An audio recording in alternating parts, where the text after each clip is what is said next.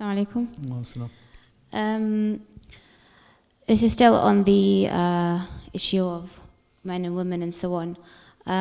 I was recently part of a discussion which was on a quote by Amina Wadud, in which she said that she doesn't believe that God or Allah is female or male.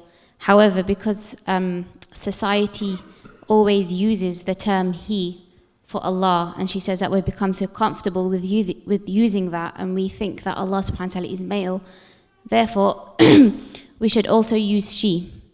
So we should, for example, in the transition of Quran, instead of saying, he, Allah is one, we should always at times say, she, Allah is one, and sometimes he, Allah is one, because then we will understand that God, isn't male, and rather is, transcends gender.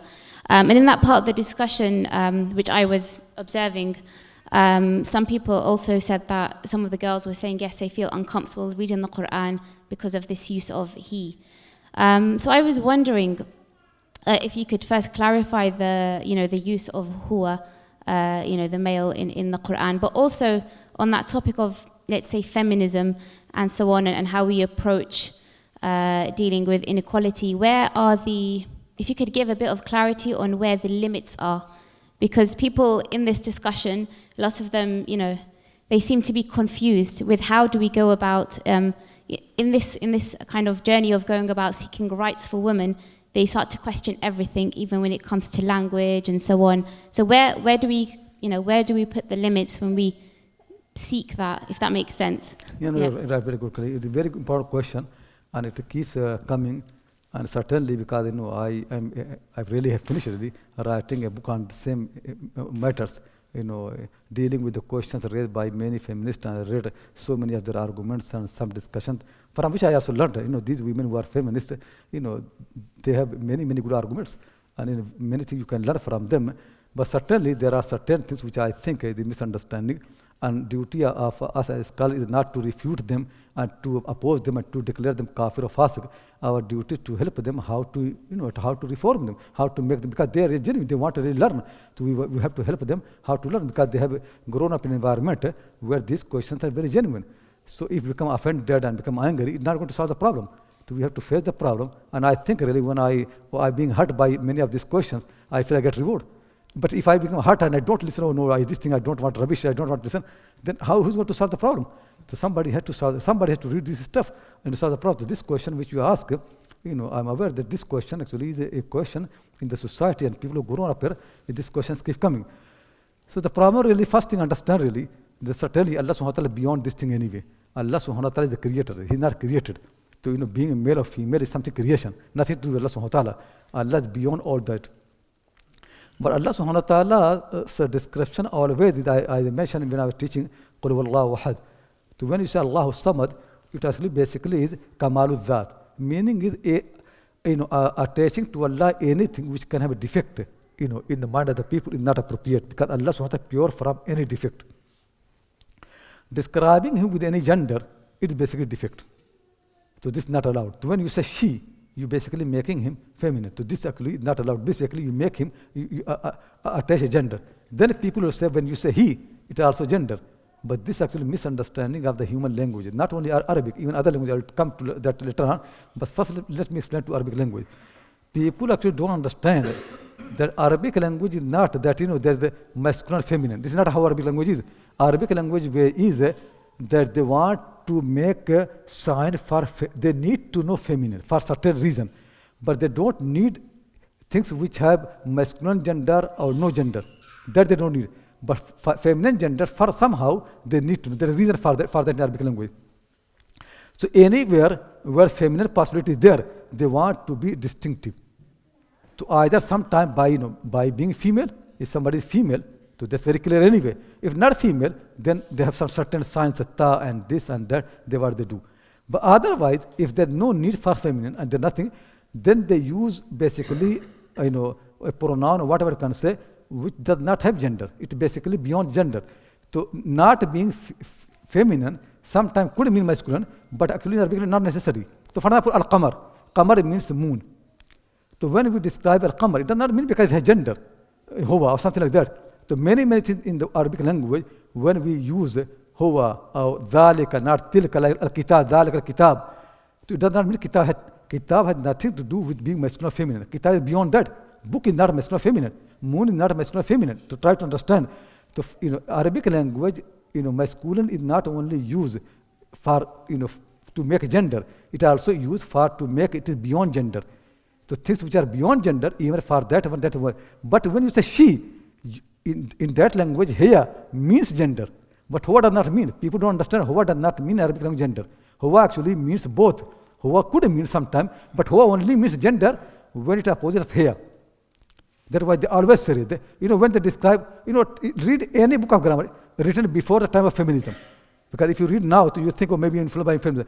Any book of Arabic grammar before feminism, you will say they always say about muannath haqiqi, ma yuqabiluhu, ma kana bi'izaihi mudhakkarun. That what gender means. Anything mudhakkar to them actually basically means where there is muannath, opposite. If there is no muannath, it is not mudhakkar. It is beyond gender. But though they use same word to muannath, that's what how to define. Mudhakkar, masculine basically means to Arabic language when there is muannath. When there is no muannath, it is not mudhakkar. It is beyond gender. It is basically common. But the problem is many people of the late grammar, they don't need. So they just say mudhakkar for every single thing. Because it is easy to say. But it's not how Arab people have been. So Allah subhanahu wa ta'ala, He is before creation of the masculine and feminine. There is no gender, nothing. He is the one who made this. So for Him, we use a pronoun in Arabic language which basically is beyond any indication of any gender. If you say here, then you make it feminine. But when you say huwa, it does not mean Arabic language. Huwa actually means only gender when there is opposite gender. Otherwise, huwa does not mean gender. Is it clear? For example, if I use ar-rajul, then I'll say huwa, it is gender. Why? Because ar-rajul has opposite of al-mara. When the opposite gender, then huwa means masculine. If there is no opposite gender, it does not mean masculine. It actually basically means something beyond that. And for many things. But there are also, though, for the other things which actually have no gender, sometimes Arab people make feminine for a purpose, for a reason. Not because they really think gender. They want to make similarity for gender. They think, for example, like war. The war in Arabic language is feminine. Not because there is opposite gender, in a war, with masculine war and feminine war. The reason is that they make a war similar to feminine. Because they think a war creates problem. The war becomes like a mother. That's what they think. The war like a mother. It creates problem. To them, in their mind, war generates something. So when the mind comes generating something, so they make similar to the feminine. Same shajaratun. Because this is how it comes to the mind. Earth. Because they think earth actually, something grows. So whenever their mind comes to something similar to the feminine, then they attribute to gender. But that's why Arab people are very clear. It's not real gender. They say it muannath lafzi. Even if you make it mudhakkar, it is beyond gender anyway. Calling it muannath is just a lafz basically.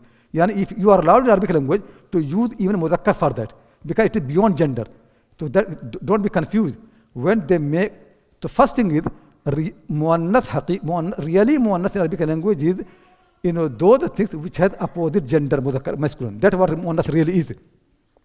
Anything which does not have opposite gender, it is neither mudhakkar neither muannath. It is beyond that. But still you find Arab people use some muannath which has actually had nothing to opposite gender. Reason is not because they treat as gender. Reason is because they have got some similarity in their mind. For example, qaryatun, village, madinatun, names of the place by, because they think place means like a mother. It produces people. It generates something. Like a be'erun, well, because it generates water. This similarity makes, that's why they call it muannath lafzi, not muannath haqiqi. Is it clear to you? So when we say for Allahu, it is because huwa in Arabic language is beyond gender. It only means gender when there is opposite gender. And Allah has no opposite gender. So for Allah, huwa only means beyond the gender. But for ar-rajul, huwa means masculine. Why? Because ar-rajul has got al-maratu. For alab, it is masculine because alab has got alum.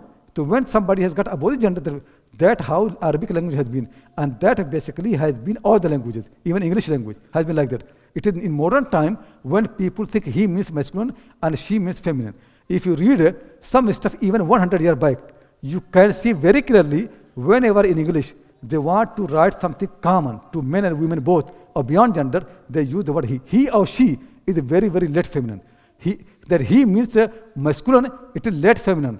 He actually used to mean English language, gender and also beyond the gender or common gender. Both are. It has become more, because language has become more political now. But originally language is not same Urdu language. We know in Urdu language. In Urdu language, when you say feminine, then it is basically more. It means you are indicating gender. In Urdu language, when you make masculine, it does not mean necessary. It could mean mudhakkar when opposition. It also could mean something more general, more common. So when you use word huwa for Allah, it is basically making him beyond gender. But when you say here, then you're indicating a gender and you want to make a huwa. So you say sometimes huwa, sometimes meaning it, you want to say sometimes he's masculine, sometimes feminine, both. But when you just don't say here, then you never make him masculine. Huwa for Allah is not masculine, not feminine, it is beyond that. Is it clear? But when you say huwa or here, once you use only one time here for Allah, then next time when you use huwa, it becomes masculine. That people like Amina Wadud, when they think we want to become equality, sometime huwa, sometime here, then even huwa becomes gender.